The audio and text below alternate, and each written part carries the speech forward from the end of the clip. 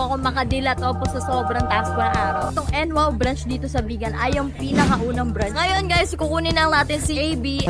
Palawag naman yung daan natin ngayon. Mahaba-habang biyahe to. Kapital ng Ilocos Norte at ang pinaka-northern na city sa Pilipinas. Madaming NWOW electric vehicles sa luwag at dito, ang paggamit ng environmentally friendly energy vehicles ay malawakan na. Hello guys! Nandito tayo sa NWOW Lawag branch. Nagka-problema tayo kanina. Papunta na kami dito.